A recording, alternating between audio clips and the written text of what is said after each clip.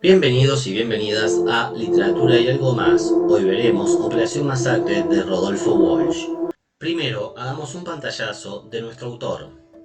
Rodolfo Jorge Walsh nació en Choel, Río Negro, el 9 de enero de 1927. Fue criado en un colegio de sacerdotes irlandeses para niños pobres, hecho que deja huellas en su escritura. En Buenos Aires, luego de trabajar como corrector de pruebas y traductor, publicó 10 cuentos policiales argentinos, Variaciones en Rojo, ambas de 1953, Premio Municipal de Literatura, y además preparó una antología del cuento extraño, en 1954. Escribió también grandes obras de investigación periodística, Operación Masacre, 1957, ¿Quién mató a Rosendo?, 1969, y el caso Satanovsky, 1973.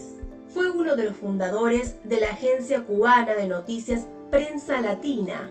A su regreso escribió los cuentos de los oficios terrestres en 1965 y Un kilo de oro en 1967.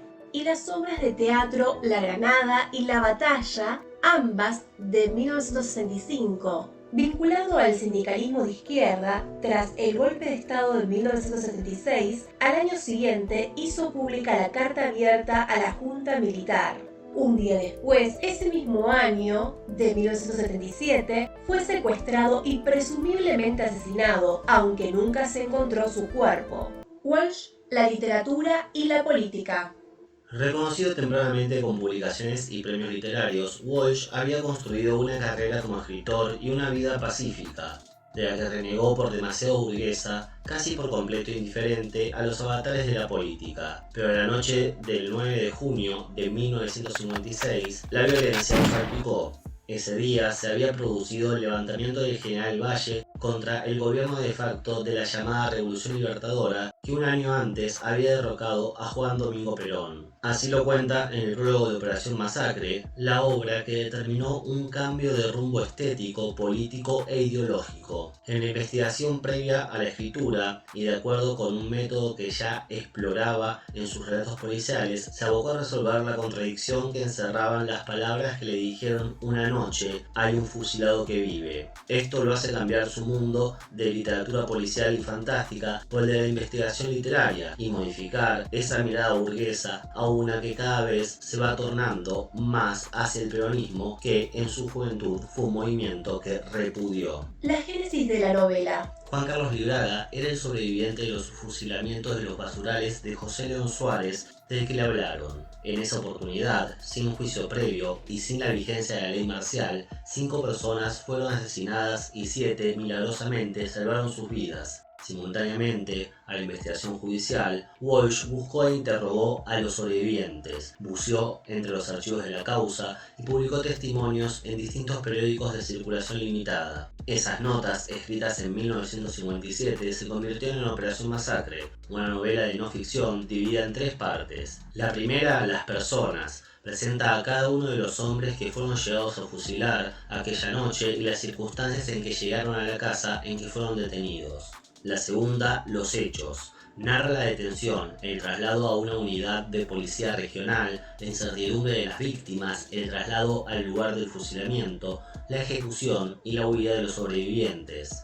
La tercera, La evidencia, que Walsh completó en 1964, las declaraciones de testigos e implicados y el fallo final de la corte.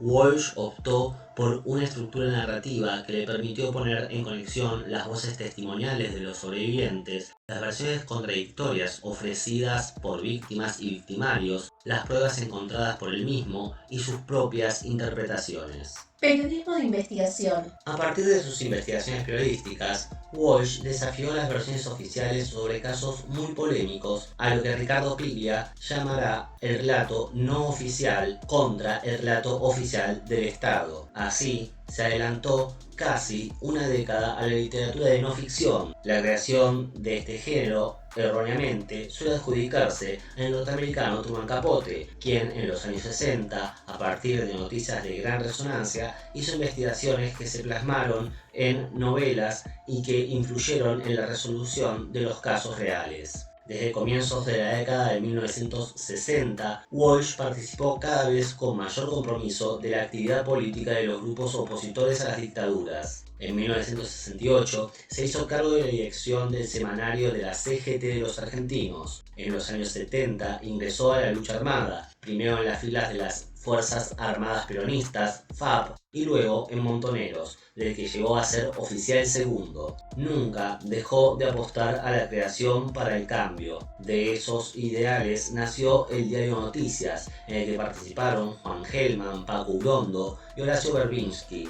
Poco antes de instaurarse la dictadura que causó su muerte, rompió con Montoneros y denunció en la agencia de noticias clandestina el inminente golpe de Estado. Para finalizar, veamos otras artes de representación. En 1973, el director de cine Jorge Cedrón lleva al cine, con colaboración del mismo Walsh, Operación Masacre, que tiene la particularidad de tener como actor a uno de los protagonistas de los hechos de ese 9 de junio, Julio Troxler. También en el año 1984 se publica su historieta con adaptación de Omar Panosetti y dibujos del gigante Francisco Solano López, dibujante del Eternauta. Eso es todo, amigos y amigas. Hasta la próxima tertulia.